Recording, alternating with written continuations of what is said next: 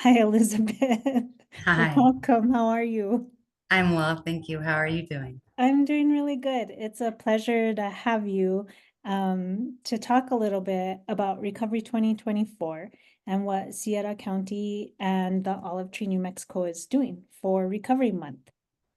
Thank you for having me. I'm glad to be here and able to have this time to talk about our small but great community. So, what can the people of Sierra County expect for this year's event?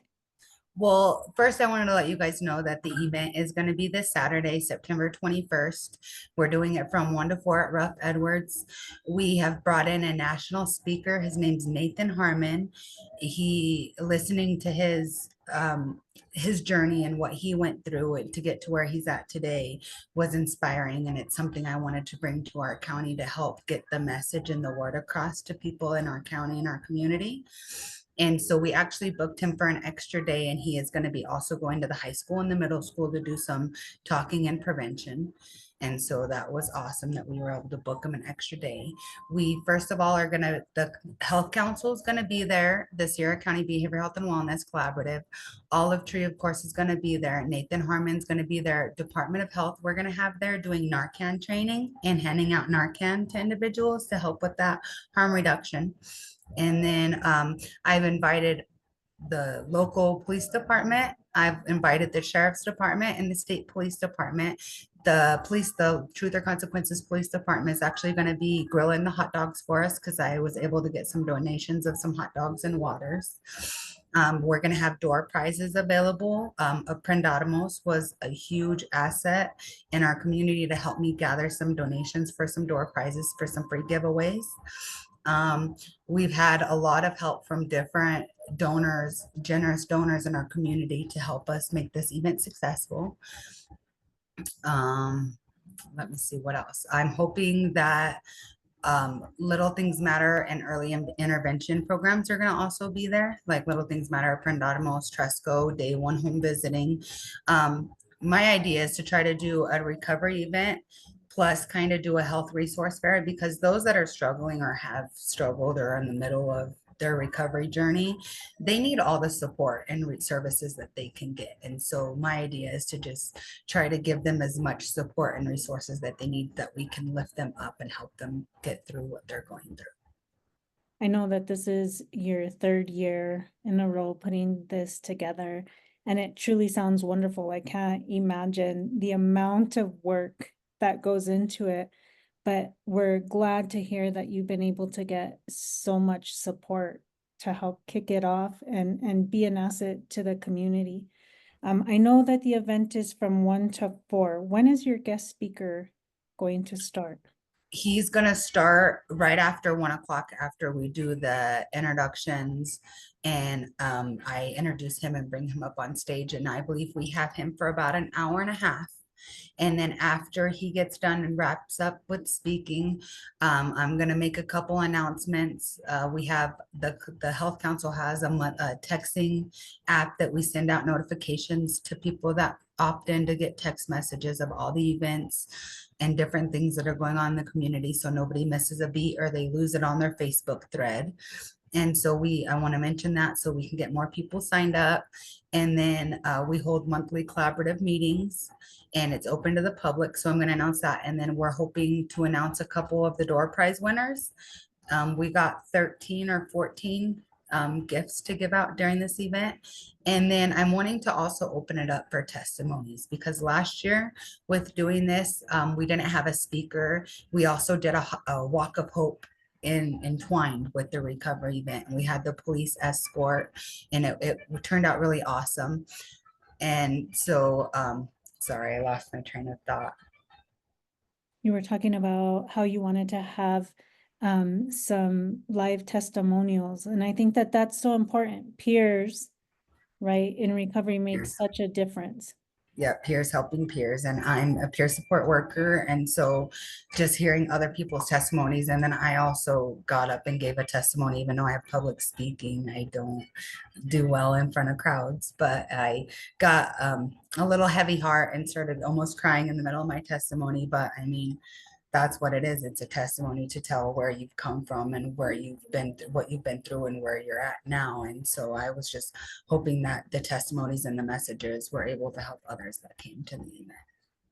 I think recovery events like this not only reduce the stigma around recovery and seeking support and help, but they also show that there's so many people that may be experiencing similar things, right, within their personal life, within their families. And so opening up this event to the whole community um, is truly wonderful. It sounds like it's going to be an incredible event. And so I'm happy for you.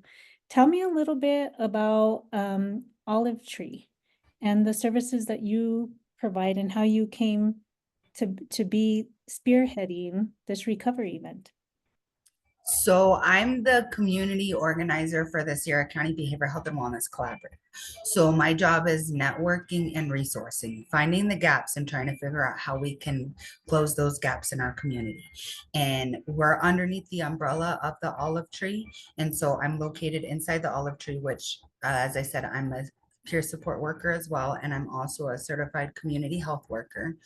And so just trying to bridge those gaps, bring people in, help people, give them the services they need. Olive Tree is a 501c3. We are a nonprofit organization. We survive off grant fundings. And with that grant fundings, even if somebody, because we take Medicaid, Olive Tree takes Medicaid billable insurance. But even if somebody comes in and they have Medicare, we don't ever turn them away. We have another grant that we can bill.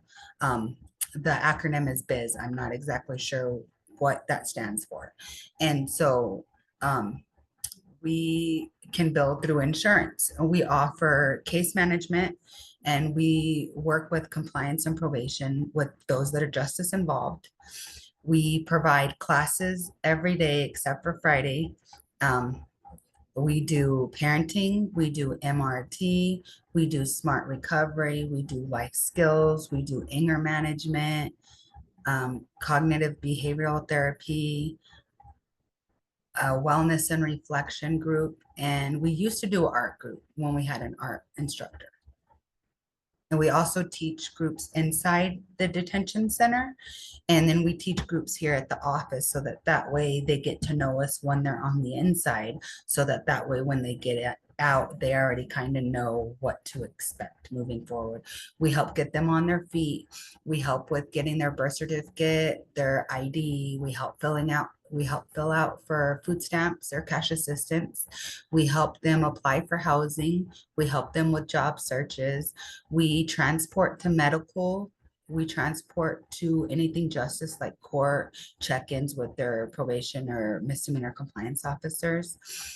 We just try to do everything we can to meet individuals where they're at. The Olive Tree, you can look online at theolivetreenm.org and look at a lot of your services there.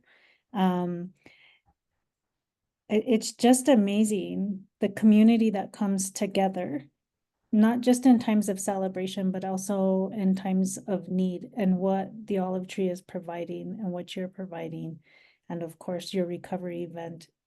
It's such a blessing to everybody that might not know of or have access to resources and services.